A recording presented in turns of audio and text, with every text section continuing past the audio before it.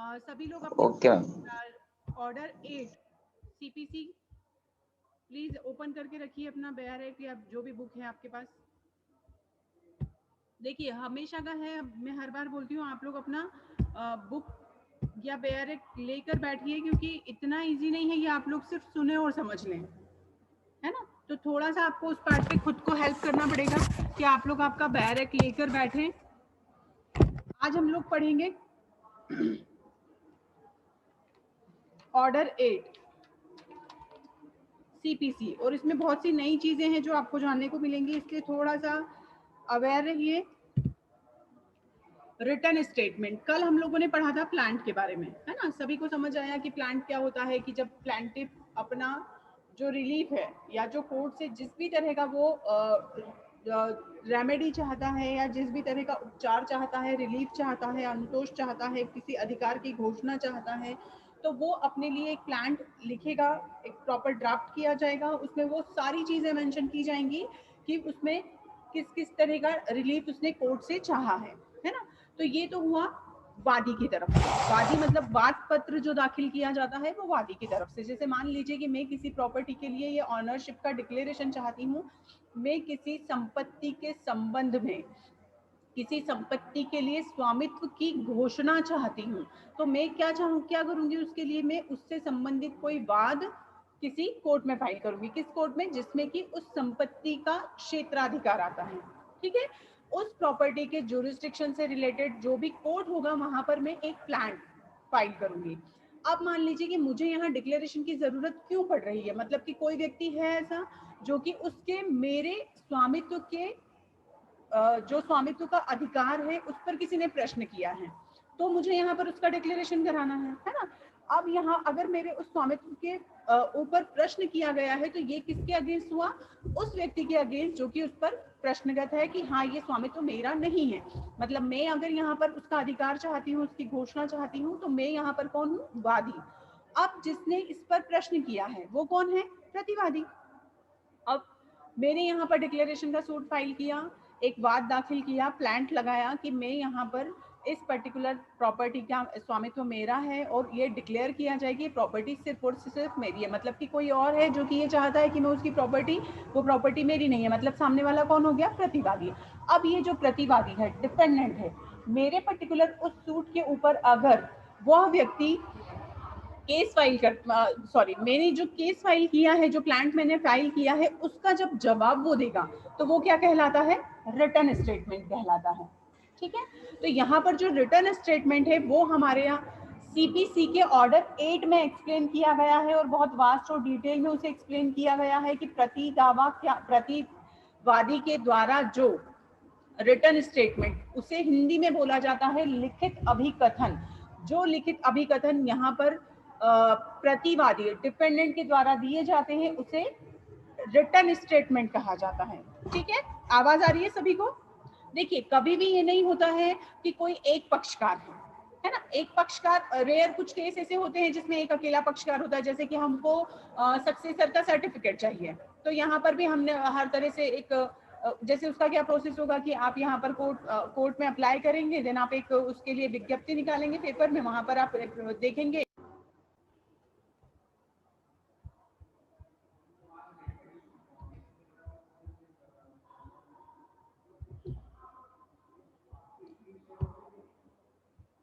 Network problem है, ठीक है, पेशेंस रखिएगा। तो यहाँ पर जो रिटर्न स्टेटमेंट है वो सीपीसी में ऑर्डर 8 में बताया गया है, क्योंकि ये पॉसिबल नहीं है कि हमेशा कोई एक पक्षकार हो, हमेशा पक्षकार दो होते हैं, है ना। अगर कोई डिस्प्यूट्स है या कोई भी मैटर है समवेयर, कहीं सिर्फ हमें किसी चीज़ का डिक्लेरेशन चाहिए, कोई सर्टिफिकेट चाहिए, या कोई ऐसा सिर्फ आइडेंटिफिकेशन वाला पार्ट है, तो वहाँ पर हो सकता है कि सामने वाली पार्टी ना हो। अदरवाइज हमेशा ये होगा कि कोई भी डिस्प्यूट होंगे तो दोनों पक्षकार होंगे, और तभी जाकर कोई भी सोल्यूशन दिया जाता है या कोई भी जजमेंट दिया जाता है। तो यहाँ पर जो सेकंड पार्टी है, मीन्स जो डिपेंडेंट है, डिपेंडेंट की तरफ से दिए जाने वाला जो रिटर्न स्टेटमेंट होता है वो आपका सीपीसी के ऑर्डर 8 में बताया गया है।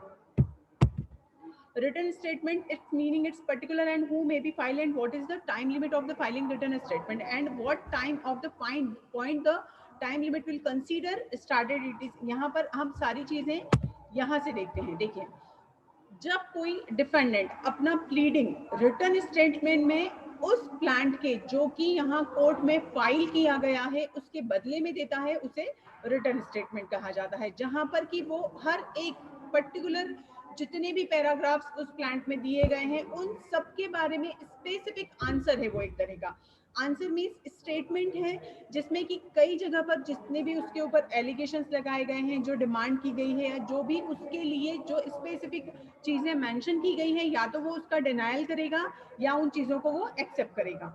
एक्सेप्ट वाला पार्ट रेयर होता है, मोस्टली डिनायल वाला पार्ट जाता है। क्यों? क्योंकि कोई भी प्रतिवादी जब उसके ऊपर किसी तरह का क्लेम किया जाता है तो वो उस चीज को आंसरेबल है, जरूरी नहीं है वो उस चीज को एक्सेप्ट कर ले कि हाँ मैंने बोला कि सामने वाले ने मेरे प्रॉपर्टी पर पोजेशन ले लिया है, इलीगल पोजेशन किया हुआ है, मैंने ये ब्लेम उस पर किया, वो जरूरी नहीं है कि वो उसको एक्सेप्ट कर ले, वो यहाँ पर उसे डिनाई करेगा, है ना। तो यहाँ पर डिपेंड करता है कि हर एक पैरा जो कि प्लांट में दिया गया है उसके अकॉर्डिंग स्पेसिफिक आंसर जो डिपेंडेंट का होता है वो हमारे लिए उसके पार्ट पर वो उसका प्लीडिंग है। जैसे कि आप लोगों को ऑर्डर 6 हम लोगों ने पढ़ा था, याद हो तो, जनरल प्लीडिंग हम लोगों ने पढ़ा था। और जनरल प्लीडिंग का मतलब ही ये होता है जिसमें प्लांट और रिटर्न स्टेटमेंट दोनों शामिल हो। तो यहाँ पर प्लांट और रिटर्न स्टेटमेंट दोनों अगर हैं तो वो हमारे लिए प्लीडिंग होगा। इसीलिए यहाँ पर WS प्लीडिंग का एक पार्ट है जिसमें कि प्लांटिव के अगेंस्ट हर एक चीज का आंसर दिया जाता है, किसके थ्रू? डिपेंडेंट के through. The expression return statement has not been defined in this code. कहीं पर भी CPC में पर्टिकुलर इस वर्ड को डिफाइन नहीं किया गया है, पर हमें ये जब हम ऑर्डर 8 को पढ़ते हैं तो वहां पर पूरा एक प्रोसीजर बता दिया गया है कि स्पेसिफिक कहाँ कहाँ किस किस तरह का रिटर्न स्टेटमेंट में कौन कौन सी चीजों को मेंशन किया जाना चाहिए, किन किन चीजों को नहीं किया जाना चाहिए। जैसे कि अगर किसी ने किसी के ऊपर ब्लेम किया, जैसे मैंने अभी एक एग्जांपल दिया कि अगर किसी पर्सन ने किसी की प्रॉपर्टी के ऊपर इलीगल पोजीशन लेकर रखा हुआ है तो डेफिनेटली अगर किसी ने नहीं लिया है तो वो तो डिनाई करेगा। और अगर वो प्रॉपर्टी उसकी खुद की है और सामने वाला जिसने कि प्लांट लगाया है वो अगर बोलता है कि यहाँ पर उसने जो केस फाइल किया है वो गलत है, तो यहाँ पर हर एक पार्ट पर डिपेंडेंट को राइट है कि वो किस तरह से उस चीज को डिफेंड करे, खुद को डिफेंड करने का, खुद को डिफेंड करने का यहाँ पर एक मिनट।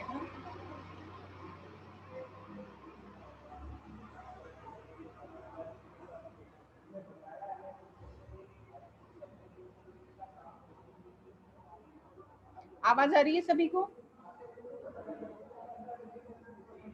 अजय आवाज आ रही है? अजय? यस मैम, आ रही है आवाज। Okay yes ma'am. Yes ma'am. यहाँ तक समझ आया? किसी को कोई प्रॉब्लम है तो आप लोग पूछ सकते हैं। I think it's easy part of this order, क्योंकि यहाँ पर सिर्फ आप लोगों को भी पता है कि वादी और प्रतिवादी होती है, और प्रतिवादी जो उस वाद का जो आंसर देता है वो रिटर्न स्टेटमेंट होता है ना।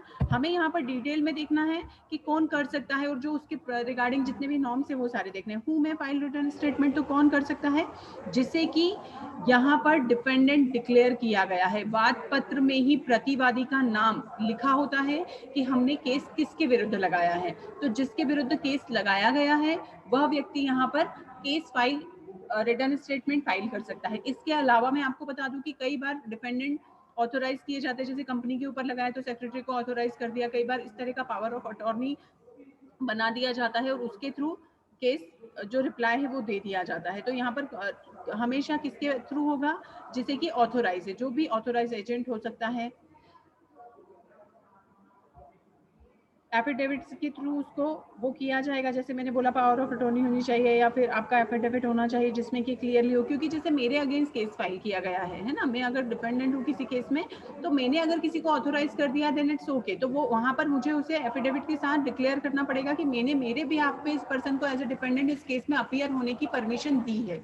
अदरवाइज जिसे डिपेंडेंट बनाया गया है उस प्लांट में वही उसी व्यक्ति को खड़ा होना होगा, उसी को रिटर्न स्टेटमेंट या WS देना होगा।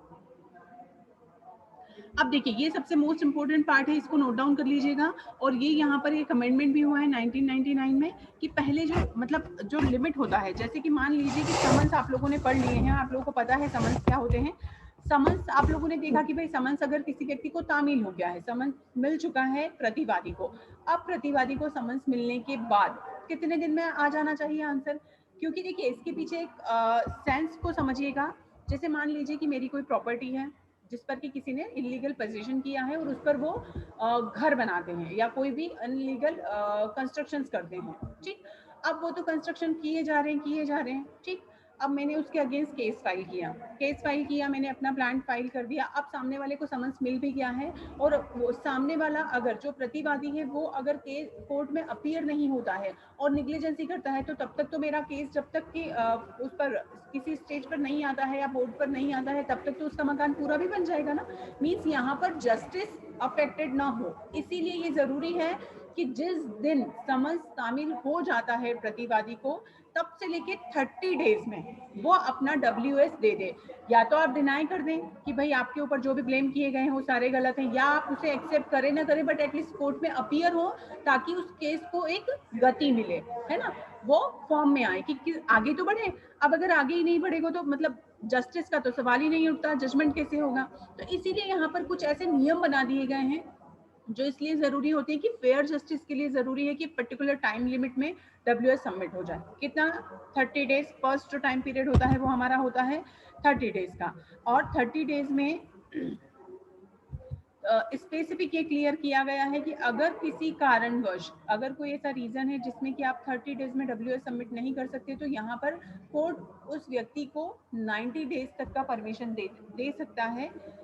और ये अमेंडमेंट है 1999 का, जिसमें कि क्लियरली बताया गया है कि अगर कहीं पर ये होता है तो उस कंडीशन में उसे 2002 का ये अमेंडमेंट है, इसको नोट डाउन कर लीजिएगा।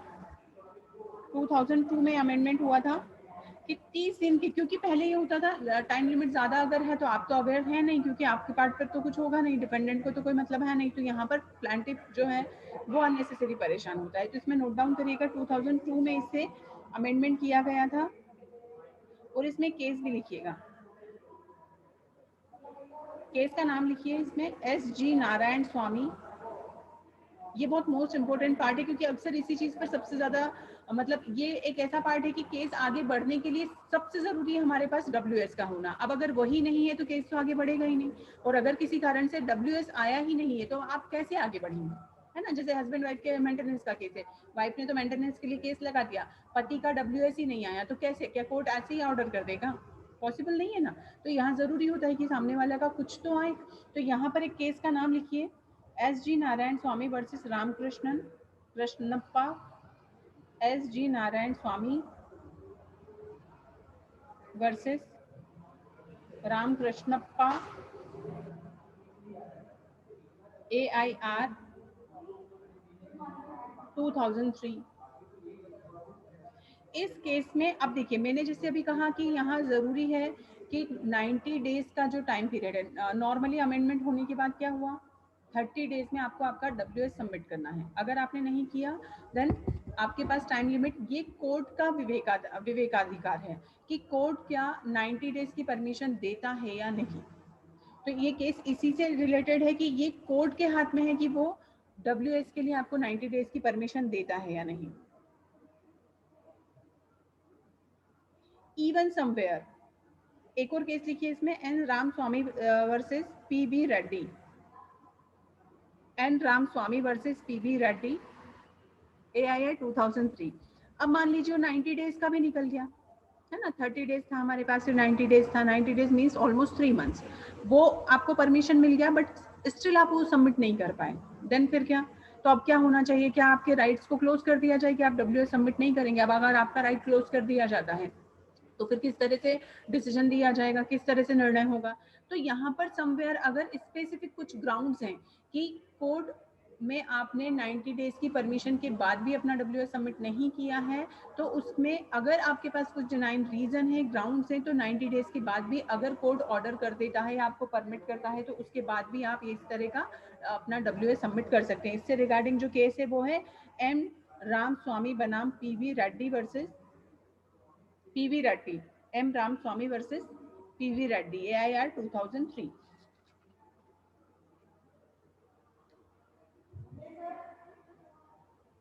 क्लियर? दो केस यहाँ पर नोट डाउन किए, दोनों केस लिखिएगा जो कि टाइम लिमिट से रिलेटेड है, और इवन जब आप आपका आंसर तैयार करें तो इन केस लॉस को इसमें मेंशन करिएगा।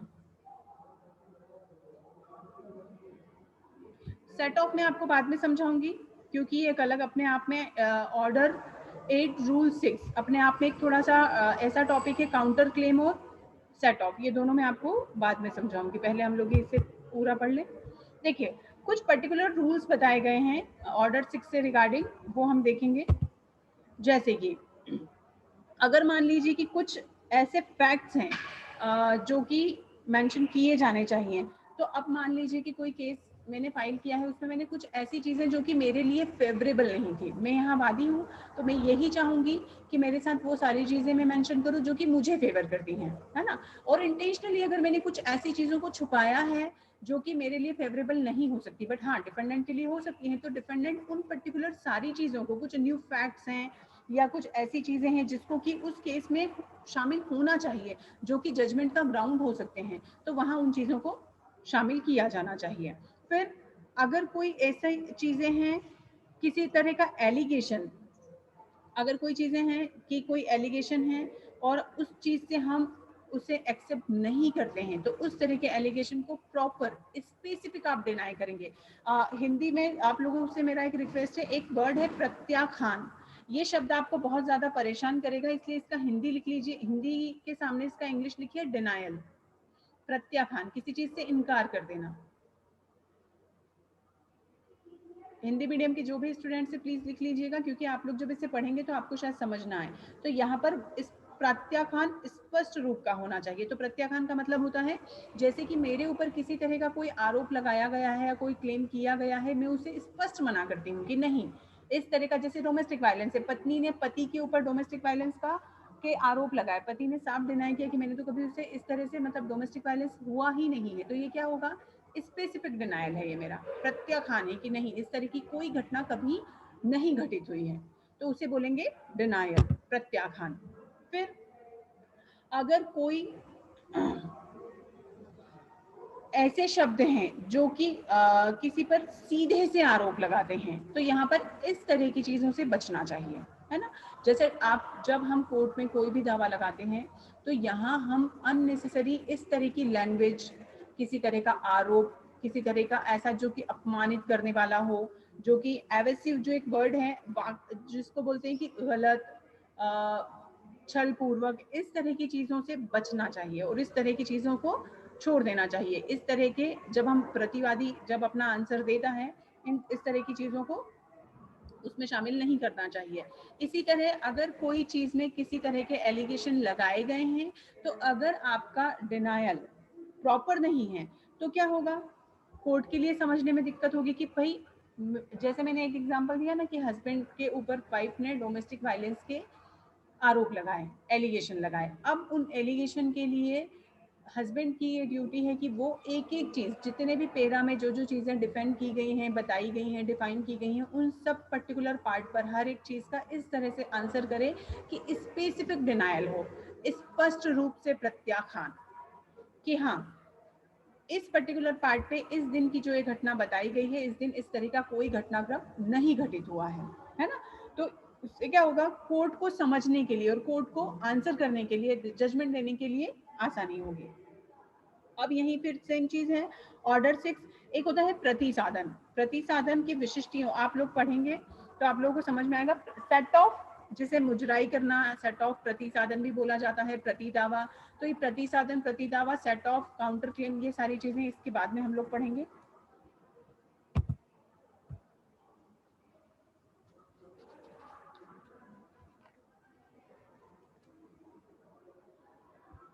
फिर डिपेंडेंट वाले पार्ट पर जब भी अगर रिटर्न स्टेटमेंट कोई है और उसमें टाइम पीरियड फिक्स कर दिया गया है, तो यहाँ पर ये जरूरी है कि उसे माना जाए और उससे ये माना जाएगा कि वो उसी का जजमेंट का ही एक पार्ट है।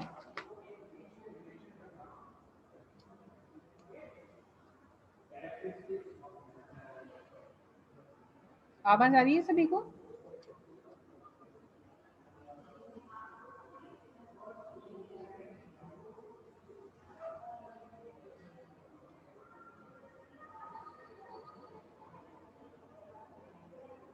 कई बार ऐसा होता है कि प्लीडिंग के बाद कुछ इस तरह के नए कुछ ऐसी चीजें अराइज हो जाती हैं जो कि मेंशन किया जाना ज़रूरी है। तो कोर्ट की परमिशन से इस तरह का अगर कोई नया ग्राउंड, कोई नया स्टेटमेंट आ सकता है जिसे कि ऐड किया जा सकता है, तो उसके लिए भी डिपेंडेंट को परमिशन के साथ उस पार्ट पर उसे उसकी परमिशन दी जा सकती है।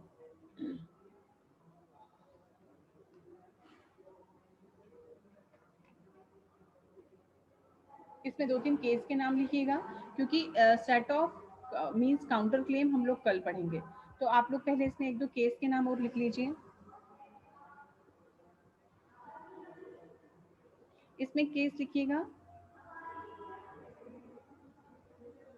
महादेव राव वर्सेस नेतराम, महादेव राव वर्सेस नेतराम, जो कि है आपका डिनायल से रिलेटेड, AIR 1957।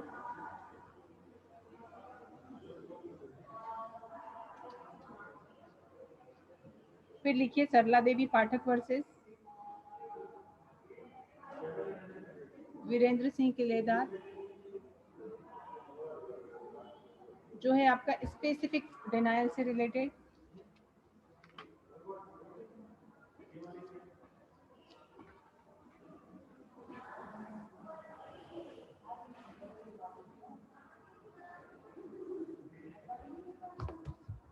तो इस तरह रिटर्न स्टेटमेंट को लेकर, क्योंकि अभी आपका एक पार्ट बचा है जो कि ऑर्डर 8 रूल 7 से रिलेटेड है,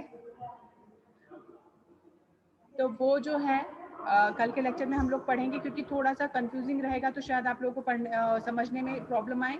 सभी लोग आज ऑर्डर 8 प्रॉपर पढ़ेंगे, इवन विद आपका रूल नंबर 6, ताकि आप लोग जब इसे पढ़ें तो आप लोगों को समझ में आए कि किस तरह से चीज़ें रिटर्न स्टेट में की जाती है। Even counter claim set of पढ़कर आइए तो आप लोगों को कल अच्छे से समझ में आएगा कि ये होता क्या है, क्योंकि इसके आगे हम लोगों को यही चीज़ें देखनी है।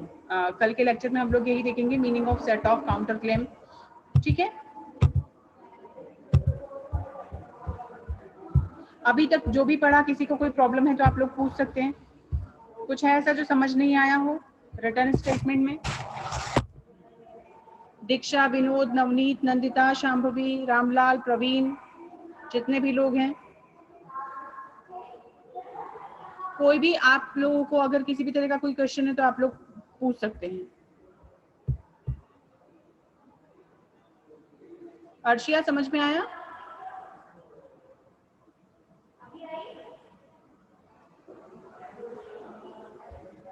अर्शिया, आवाज आ रही है?